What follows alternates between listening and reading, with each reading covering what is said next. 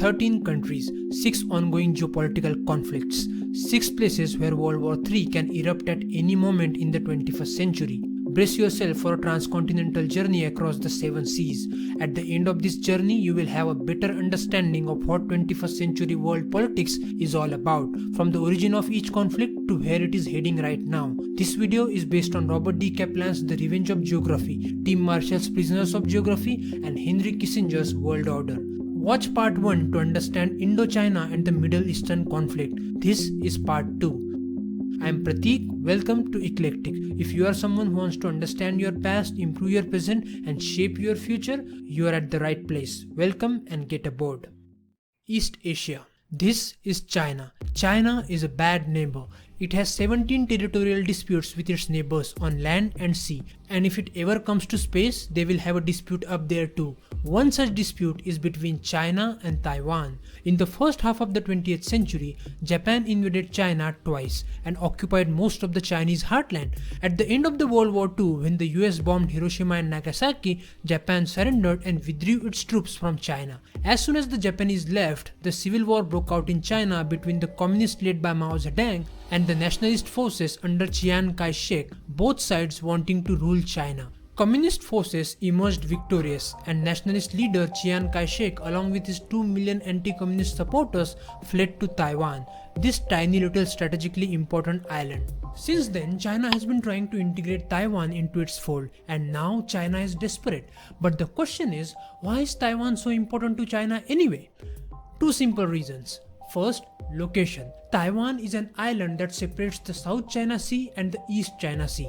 If China takes over Taiwan, it would be able to project its power in the Western Pacific region, and in the future could even threaten US military bases located in Guam and Hawaii. The second reason is economics. This tiny island nation has GDP of $600 billion. China is 267 times bigger and has 58 times more population than Taiwan, yet its GDP is just 10 times greater. That means on average, every person in Taiwan is 6 times more productive compared to mainland China.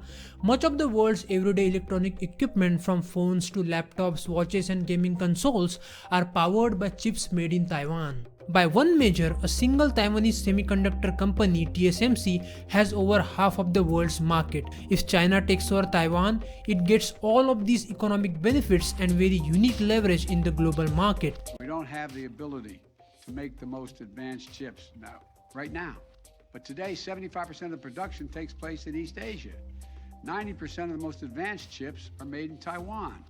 China is doing everything it can to take over the global market. In short, Taiwan is one of the most strategically and economically important regions in the world, and that's why China just cannot let it go. But if China is so desperate, why hasn't it been able to take over Taiwan yet, just like it took over Tibet? The answer is a love triangle that exists between China, Taiwan and the US. In 1949, Chinese leader Mao Zedong wanted to invade Taiwan, but suddenly war broke out on the Korean peninsula between communist North Korea and South Korea. To fight off the communist influence in the Pacific, America formed an alliance with Taiwan and forced Chairman Mao to drop his plans to invade Taiwan. From there began the US-Taiwan friendship. 36 years later, in 1986, Taiwan underwent major political reforms and became a democracy, the very system that China hates the most. If that was not enough, the new opposition party of Taiwan called for an independent Taiwan. 10 years later, in 1996, to meddle with the elections, China again tried to use its military might to threaten Taiwan by conducting missile tests near the coast of Taiwan. To the first free elections of a Chinese leader in 5,000 China years. announced Friday that it would start the new military exercises less than a week before Taiwan's presidential election. I think it is a very bad mistake on their part to put the impact area so near to Taiwan. I deplore that decision on their part. America was again quick to respond with the biggest display of military might in Asia since the Vietnam War. Diplomatic trouble may be brewing again between China and the United States. President Bill Clinton sent America's best aircraft and guided missile carriers directly here to Taiwan, and China backed off. But a lot has changed in the last 20 years. China has built a formidable navy, America's global influence is on a decline, and Taiwan has emerged as a full-blown democracy. The young generation of Taiwan is intensely anti-Chinese. So much so that it has become difficult for China even to have deeper economic ties with Taiwan without facing any opposition from young Taiwanese people. This has helped a pro-Taiwan independence candidate in winning the 2016 presidential election. China! No! Say yes to Taiwan! We are an independent country. We have the military and we have elections. All of this has disturbed and pissed off China, and China is flexing again. In the year 2020, China started sending its military aircraft into Taiwan's air defense zone without informing Taiwan. This time also, America came to Taiwan's aid along with Canada with its most advanced weapons and entered the Strait of Taiwan. Only this time, China did not stop. It actually started sending even more Chinese aircraft every day. In the same week, China's state-owned publication published this article. Time to warn Taiwan secessionists and their fomenters. War is real. Taiwan is just 100 miles away from China while the US is 6,400 miles away. If China invades Taiwan, all Taiwan can do is try and slow down the Chinese attack while waiting for outside help. Even if America arrives on time, we have to keep in mind that both the US and China have nuclear weapons. That is the scenario everyone should avoid. Once you start a conflict, you don't get to control its outcome. It can lead countries into self-destruction, and thanks to Einstein, with those nuclear bombs, the entire world can go down with them. Despite having great military and strategic advantages, the only thing that is stopping China from invading Taiwan is that unlike Russia, China's economy is fully integrated into global trade. It won't be able to handle economic sanctions. European countries are dependent on Russian energy, and that's why they hesitate to act against Russia. But in China's case, if people stop buying Chinese stuff, its economy will collapse, leading to political instability in China. On the other hand, if it engages in armed conflict with the US here, back here in the Himalayas, there is a risk that India might just take this opportunity to capture important regions. And up here, the Tibetan independence fighter would very much like to do something about taking back the control of Tibet.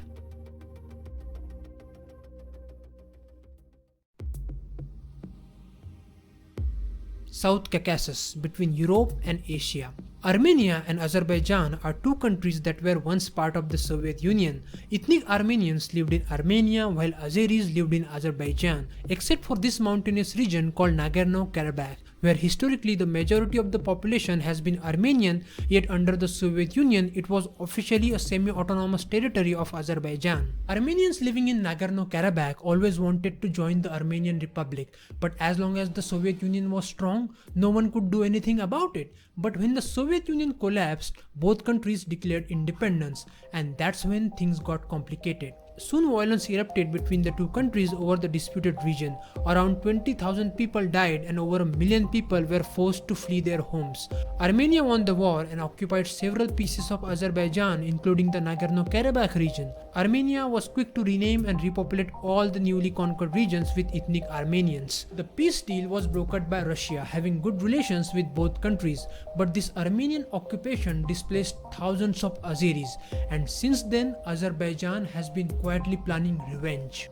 It upgraded its military by spending 6 times more money than Armenia and has found a new powerful ally, Turkey, a NATO member. Populations of both countries are ethnically Turkic and their governments have been helping each other on many levels, from joint military exercises to Turkey selling advanced weapons to Azerbaijan. With Turkey's support and 25 years of preparation, Azerbaijan attacked Armenia on 27 September 2020. Only this time, it was not just about regaining control of Nagorno-Karabakh. Azerbaijan also wanted to capture this corridor that can link Azerbaijan to its ally Turkey. After fighting the war for 44 days, Armenia surrendered. Azerbaijan regained control of 5 cities and 286 villages, and the good old friend Russia turned up with another deal that significantly reshaped the geopolitics of the region. According to it, Azerbaijan will keep what it conquered and take over this part from Armenia. Most of the Nagorno-Karabakh region will remain under the control of ethnic Armenians, but 2,000 Russian troops will be stationed there as peacekeepers. Down here, Turkey and Azerbaijan will be able to build a road that will give both countries direct access to each other via land. And guess what? Even Turkey got to send a peacekeeping force to Nagorno-Karabakh. So while Russia and Turkey gained strategic advantages, Azerbaijan won new territories, Armenia is left in disgrace. A lot of Armenians had to flee their homes just the way once Azeris had to. In the Armenian capital, people stormed government buildings calling for the removal of the prime minister. This conflict is far from resolved yet. The new agreement made things even more hostile because now this region of the world has armies of 4 different countries, each trying to assert its dominance. To make matters more complicated, Turkey is a NATO member. Remember, the attack against one means attack against all? The mention of Turkey brings us to the shores of the Mediterranean, where the tensions between Turkey and Greece are on the rise. Historically, Turkey and Greece have fiercely opposed each other on the Cyprus issue. The Republic of Cyprus is an island country in the eastern Mediterranean. From 1878 to 1960, Cyprus was under British rule. For much of its history, Greeks and Turkish Cypriots lived together on the island. In 1960, when Cyprus gained independence from Britishers, communal riots broke out throughout the island between Greeks and Turkish Cypriots. Just like the communal riots that took place between Hindus and Muslims when Britishers left India. Guys, do you see a pattern here? British colonizers have a history of living behind a communal mess wherever they ruled. It seems the British game of divide and rule has ruined a lot of countries around the world. Anyway, I digress. Back to Cyprus. 2 countries wanted to take advantage of Cyprus's communal crisis. First, the Greek army launched a coup to overthrow the existing president of Cyprus and replaced him with a new one so that Greece can assert more influence on the island. In response, 5 days later, Turkey invaded the island under the pretext of protecting the Turkish Cypriots and gained control of 1/3 of the island. Greeks had to flee from northern Cyprus, while Turkish Cypriots from all over Cyprus migrated to the northern part for protection.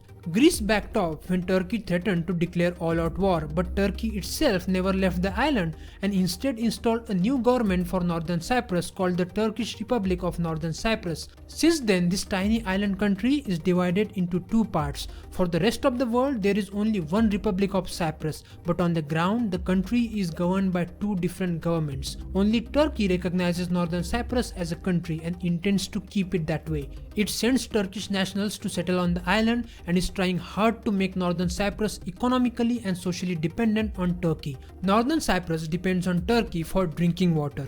2/3 of its budget is funded by Turkey. Turkey has renamed all the villages from Greek names to Turkish names, and it maintains a military of 30,000 troops on the island. But the question is, why? Why is it so important for Turkey to maintain control over this island? 2 reasons.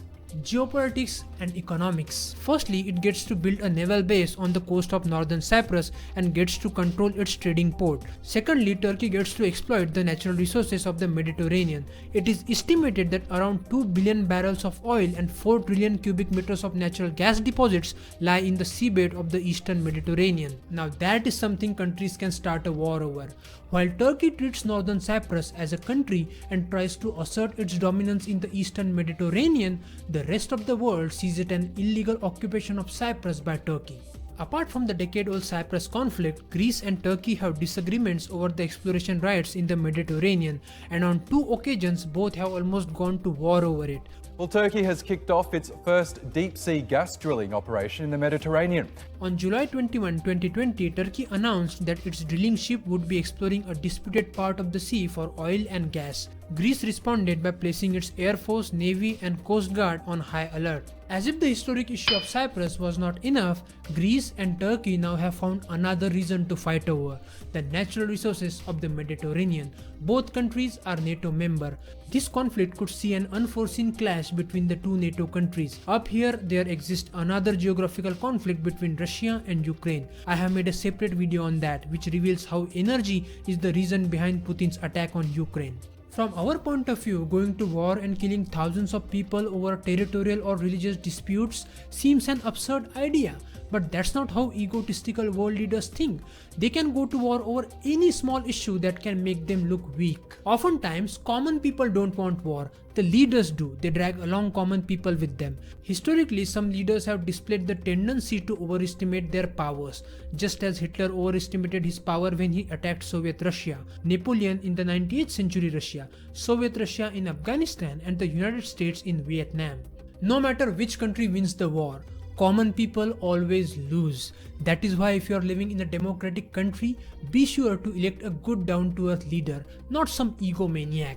And if you are living in a country where you don't have a right to vote, may the Lord have mercy on you. If you find my content useful, drop a like to let that goddamn algorithm know that my content is worth promoting across YouTube.